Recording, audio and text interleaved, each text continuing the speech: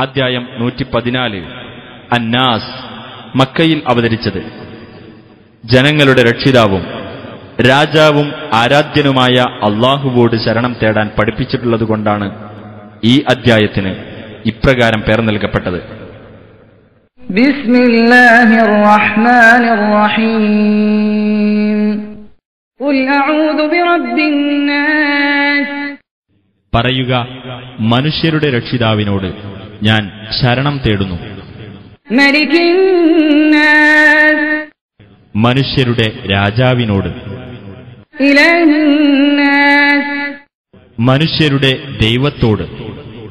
മിൻ ശർരിൽ വസ്വാസിൽ ഖന്നാസ്. ദുർബോധനം നടത്തി പിന്മാറിക്കളയുന്നവരെ കൊണ്ടുള്ള കെടുതിയിൽ നിന്ന്. അല്ലദീ യുവസ്വിസു ഫീ സുദൂരിൻ നാസ്. മനുഷ്യരുടെ ഹൃദയങ്ങളിൽ ദുർബോധനം നടത്തുന്നവർ.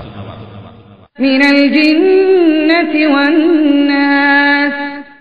മനുഷ്യരിലും ജിന്നുകളിലും പെട്ടവർ.